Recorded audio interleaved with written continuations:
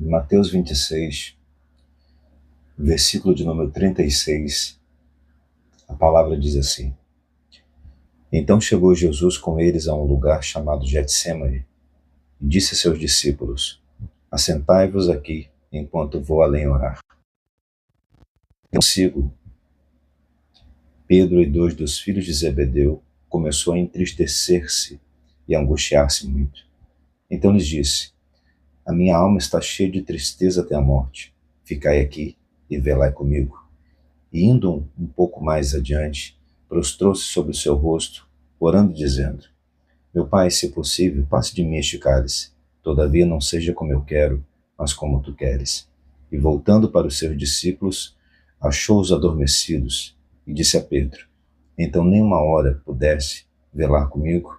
Vigiai e orai, para que não entreis em tentação.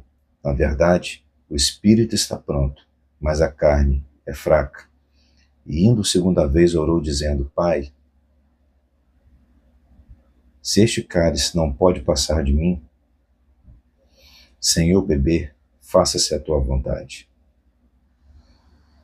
Jesus, ele estava num lugar chamado Getsêmani, poucos antes da sua traição e da sua crucificação.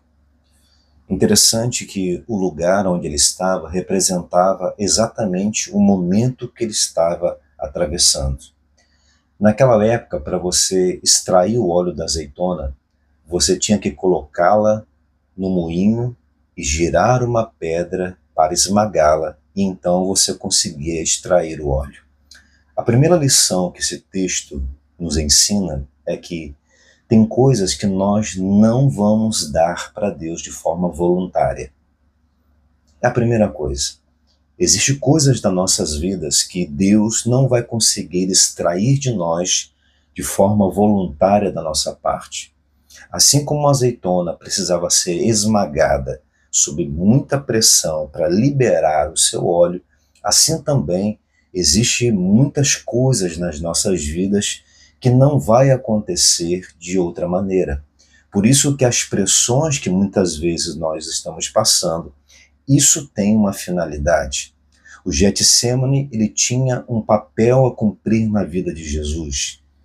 Aquele lugar simbolizava, representava exatamente esse momento de pressão, de esmagamento. Jesus então chama 3 dos seus discípulos mais próximos para compartilharem daquele momento com ele. Então ele diz: fique aqui enquanto eu vou orar e vou voltar. E todas as vezes que Jesus ia orar e ia voltar, Jesus encontrava os seus discípulos dormindo. Então ele diz para os discípulos: vigiai e orai, para que vocês não entrem em tentação. Na verdade, o espírito está pronto, mas a carne é fraca. Então é muito importante a vigilância e a oração. Preste muita atenção na ordem que o texto estabelece as coisas. A gente pode ter uma vida de oração, mas se a gente não tiver vigilância, nós podemos assim mesmo cair em tentação. Não por falta de oração, mas pela falta de vigilância. Às vezes tem gente que ora muito, mas vigia pouco. Então a primeira coisa era: vigiai e orai, para que vocês não entrem em tentação. E Jesus diz uma coisa muito interessante.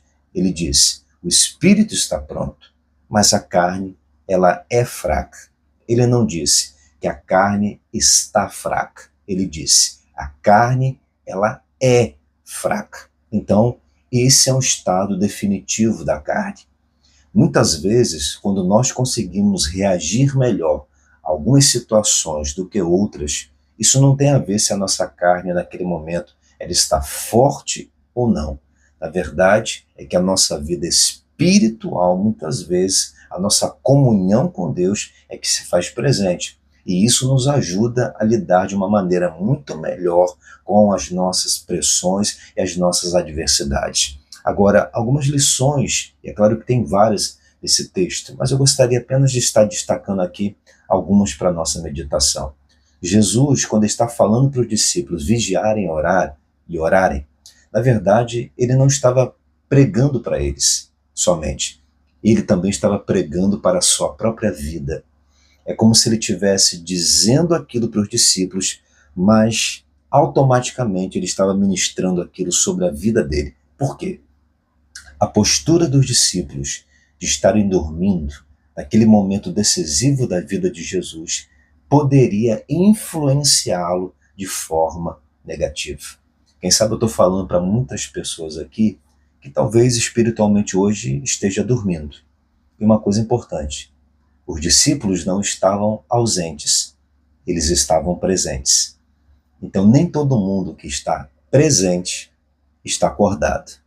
Às vezes nós podemos hoje ainda estar participando, envolvidos em muitas coisas do Senhor, mas isso não significa que nós estejamos acordados. Às vezes nós estamos dormindo. Os discípulos, eles estavam presentes naquele momento decisivo da vida de Jesus, mas eles não estavam acordados, eles estavam dormindo. Então, muitas vezes, o que levou muitas pessoas a esfriarem na fé, a desistirem, a recuarem, a voltar atrás, não é porque não amam o Senhor, não é porque não adoram ouvir a palavra do Senhor, não se trata disso. Às vezes, o que levou a gente a desanimar, a desistir, foi a postura das pessoas. Jesus, ao falar para eles assim, vigiem e orem, porque a atitude de vocês, diante do momento que eu estou vivendo, que é decisivo e é muito importante, e eu estou sob muita pressão, isso pode me levar a querer desistir. Jesus, ele já está orando ao Pai 3 vezes, dizendo assim, se possível, passe de mim esse cálice, mas, todavia, não seja feita a minha vontade, mas a sua. Mas agora, pense comigo. Jesus estava naquele momento de pressão, querendo compartilhar aquele momento com seus discípulos. E todas as vezes que ele tentava encontrar apoio, consolo, ele não achava. Então aquilo poderia desanimá-lo, poderia fazê-lo recuar na missão, na vontade que Deus havia estabelecido para ele. Quem sabe o nosso sono, a nossa desistência, a nossa frieza espiritual, ela tem nome. Quem sabe eu estou falando aqui para pessoas hoje que a justificativa de nós já não sermos mais o que já fomos um dia na presença do Senhor, talvez não é porque você não ama o Senhor, não é porque você não adora estar na presença dele e ouvindo a sua palavra. Talvez o seu sono, ele tem nomes. A gente precisa pensar nisso hoje. E uma coisa importante, às vezes aquilo que nós chamamos hoje de religiosidade. Hoje os meus olhos espirituais se abriram para muitas coisas. Isso é verdade. Mas se a gente analisar uma coisa, talvez a gente vá perceber. Talvez o nosso radicalismo, ele nos protegia. Talvez no que nós chamamos de religiosidade, mas também existia da nossa parte uma entrega maior, uma dedicação maior, e Deus tinha muito mais acesso às nossas vidas do que ele tem hoje. E isso é uma coisa que às vezes a gente precisa considerar. A gente precisa prestar muita atenção nisso aqui. O que nós perdemos? Por que nós perdemos? E por causa de quem nós perdemos, nós adormecemos. Então Jesus ali, ele estava sendo uma pessoa de vigilância, de oração, porque ele sabia, eu não posso me deixar influenciar por causa da atitude dos meus discípulos. Em nome de Jesus, que a gente possa meditar sobre isso aqui. Jesus estava fazendo aquilo que cabia a ele, que era vigiar e orar. E nessas orações, algo muito importante acontece ali. Ele ora 3 vezes pedindo algo ao Pai. E o Pai, naquele momento, não responde nenhuma palavra a ele. Porque tem coisas que nós já sabemos o que nós precisamos fazer. Silêncio de Deus, muitas vezes também é uma resposta para aquilo que já está selado no nosso espírito. Aquilo que no nosso espírito já está pronto, porque os nossos olhos já foram abertos. Jesus, um pouco antes disso, Na oração sacerdotal, ele vai falar: Pai, concluí a obra que tu me deste. E eles já guardaram a tua palavra. Então Jesus, até em João 12, ele vai dizer: agora a minha alma está angustiada, mas que direi? Livra-me desta hora? Mas foi para esta hora que eu vim. Então Jesus, ele foi para o Getsêmani, ele foi buscar o Senhor, ele foi orar a Deus, mas dentro dele, no seu espírito, ele já sabia o que estava pronto. Então que a gente possa refletir e meditar hoje. Será que eu estou, será que você está acordado ou dormindo? Pense nisso. Nossos relacionamentos, eles têm influência. Então, às vezes, o nosso sono hoje, a nossa desistência, o nosso esfriamento tem nomes. E que a gente possa pensar isso. O que nós permitimos que as atitudes das pessoas, que às vezes, no momento decisivo das nossas vidas, e a gente gostaria de ter contado com elas, mas elas, embora às vezes presentes, mas estavam dormindo. Quem sabe?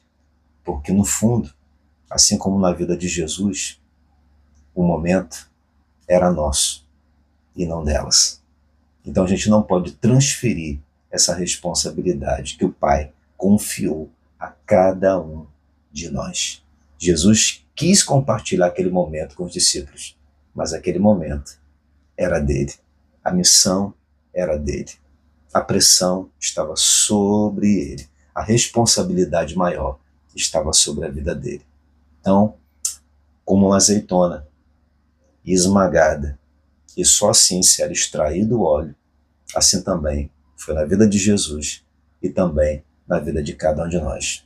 Existem coisas que nós não vamos liberar, não vamos entregar para Deus de forma voluntária, mas só sobre muita pressão e esmagamento.